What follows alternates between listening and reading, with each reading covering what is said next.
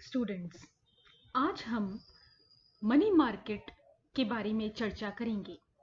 Money market यानी मुद्रा बाजार क्या है, मुद्रा बाजार का स्वरूप या संरचना कैसी है, what is the structure of money market, मुद्रा बाजार का ढांचा और उसके प्रमुख अंग कौन कौन से हैं, संगठित मुद्रा बाजार के अंग क्या हैं, असंगठित मुद्रा बाजार के अंग क्या हैं, इन सबको आज हम समझने का प्रयास करेंगे। मुद्रा बाजार का अभिप्राय उस समस्त क्षेत्र अथवा व्यवस्था से है जिसमें अल्पकालीन ऋणों या अल्पकालीन प्रतिभूतियों का क्रय विक्रय होता है।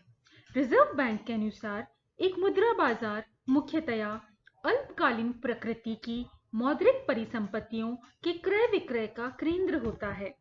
मुद्रा बाजार उस संपूर्ण व्यवस्था का सूचक है जिसके द्वारा अल्पकालीन कोषों का निवेश तथा उन्हें उधार दिया जाता है तथा जिसके माध्यम से देश की अधिकांश वित्तीय सौदे तय किए जाते हैं।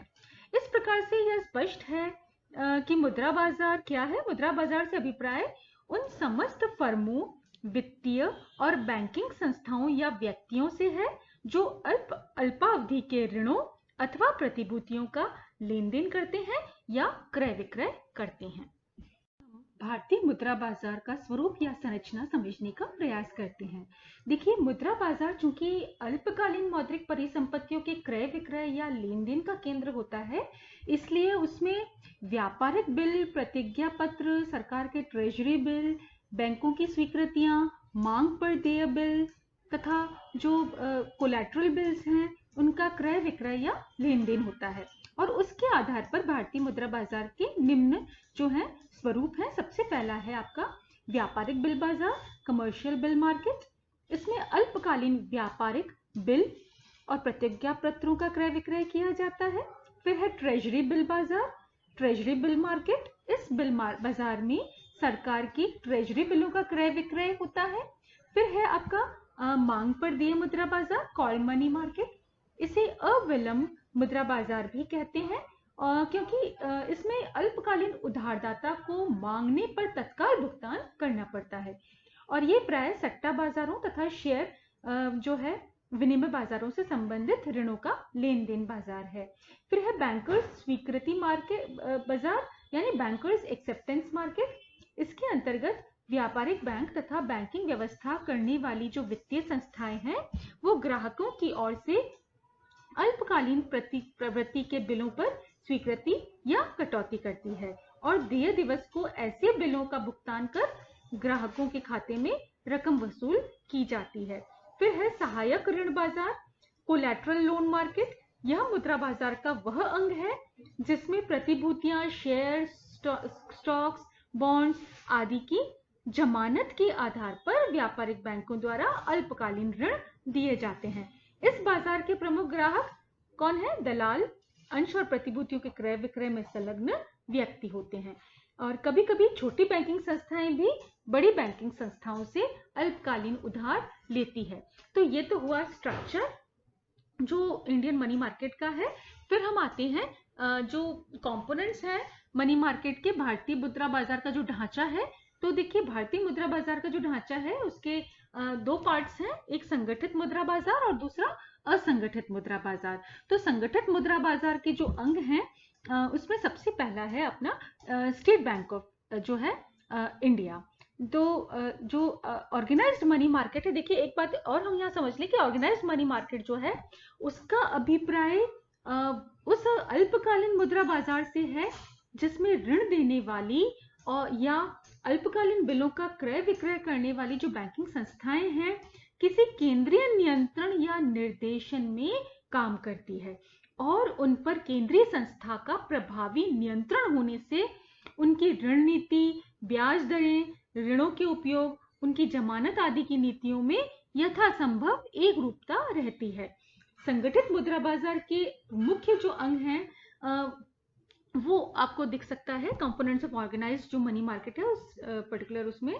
और इसमें अल्पकालीन ऋणों का लेन देन या अल्पकालीन बिलों का क्रय विक्रय करने वाली सारी बैंकिंग संस्थाएं इसमें आती है। तो सबसे पहला है वो है रिजर्व बैंक ऑफ जो है भारतीय स्टेट बैंक ऑफ इंडिया। तो ये जो है आपका, यद्यपि जो भारतीय रिजर्व बैंक के केंद्रीय बैंक के रूप में मुद्रा बाजार में प्रत्यक्ष मौद्रिक लेन देन में तो भाग नहीं लेता, परंतु साख नियंत्रण द्वारा देश में मुद्रा और साख की मात्रा को प्रभावित कर अर्थव्यवस्था में मुद्रा की आपूर्ति को मांग के अनुरूप संतुलित करने का प्रयास करता है और इस प्रकार मुद्रा बाजार की क्रियाओं को अप्रत्यक्ष रूप से प्रभावित करता है। फिर है विभिन्न व्यापारिक बैंक।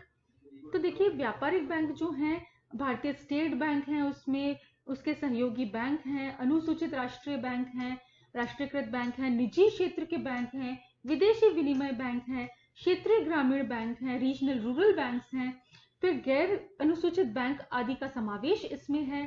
फिर ये विभिन्न व्यापारिक बैंक भारतीय मुद्रा बाजार में प्रतिभूतियों का क्रय विक्रय करते हैं, विनिमय बिलों की कटौती करते हैं, व्यापार और उद्योग आदि के लिए ऋण या नकद साख उपलब्ध करा करके मुद्रा बाजार के प्रमुख अंग के रूप में ये महत्वपूर्ण भूमिका निभाते हैं। फिर एक है ऑर्गेनाइज्ड मनी मार्केट का पार्ट है नाबार्ड। नाबार्ड लिखे कहते हैं national bank of agriculture and rural development, तो ये इसका फुल फॉर्म है। और रिजर्व बैंक की भांति जो है ये जो नाबार्ड भी है वो भी भारतीय मुद्रा बाजार के प्रमुख अंग के रूप में कृषि और ग्रामीण विकास के लिए पुनर्वित्त जो व्यवस्था है उसमें अप्रत्यक्ष भूमिका जो है वो ये निभाता है। फिर है नेक्स्ट ऑर्गेनाइज्ड मनी मार्केट में सहकारी बैंक यानी कोऑपरेटिव बैंक। भारत के मुद्रा बाजार में सहकारी बैंक भी महत्वपूर्ण भूमिका निभाते हैं और इन बैंकों का जो त्रिस्तरीय ढांचा है, राज्य स्तर पर, जिला स्तर पर और स्थानीय स्तर पर, ये देखिए कृषि, हस्तशिल्प, ग्रामीण, लघु उद्योग आदि की अल्पकालीन वित्त व्यवस्था करते हैं और ये भी मुद्रा बाजार के प्रमुख अंग है और इसलिए यहाँ जो देखिए व्यापारिक बैंक बिलों की कटौती का जो काम है वो करते हैं। फिर है स्वीकृत गृह और कटौती गृह, एक्सेप्टेंस हाउसेस और डिस्काउंट हाउसेस।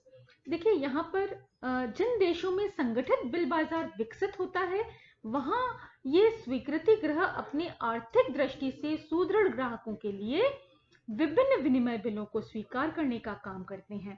इस प्रकार कटौती गृह जो है वो व्यापारिक बिलों की कटौती कर मुद्रा बाजार में अल्पकालीन साख की पूर्ति करते हैं। विकसित देशों के जो है आप देख सकते हैं लंदन और न्यूयॉर्क आदि मुद्रा बाजारों में स्वीकृति गृह या कटौती गृह बड़ी संख्या में सक्रिय भूमिका निभाते हैं और भारत में बिल बाजार का पर्याप्त विकास नहीं होने से ये दोनों प्रकार की संस्थाएं विकसित नहीं हो सकी है। फिर अन्य वित्तीय संस्थाएं, अदर फाइनेंशियल इंस्टीट्यूशंस जो हैं, इसके अंतर्गत मुद्रा बाजार में सक्रिय म्यूचुअल फंड, कर्मचारी भविष्य निधि कोष, पेंशन कोष, डाकघर बचत योजनाएं तथा अन्य अल्पकालीन ऋण तथा साख की आपूर्ति करने वाली वित्तीय संस्थाएं इसमें आती हैं और ये भी मुद्रा बाजार के प्रमुख अंग माने जाते हैं। फिर दूसरा पार्ट है अनऑर्गेनाइज्ड मनी मार्केट का, असंगठित मुद्रा बाजार का। असंगठित मुद्रा बाजार में साहूकार, महाजन, सराफ, शाह, इसको हम देशी बैंकर्स भी कहते हैं, इनका प्रभुत्व है। ये देखिए हुंडियों के द्वारा मुद्रा का लेन देन करते हैं। ग्रामीण साहूकारों और महाजन कृषकों एवं ग्रामीण को वित्त व्यवस्था करते हैं, जबकि शहरी क्षेत्र के सराफ और शाह जो हैं वो चिटफंड कंपनियां हुंडी के लेन देन के अलावा अल्पकालीन ऋणों का भी कार्य करते हैं। इन पर रिजर्व बैंक ऑफ इंडिया का प्रभावी नियंत्रण अभी तक नहीं हो पाया है।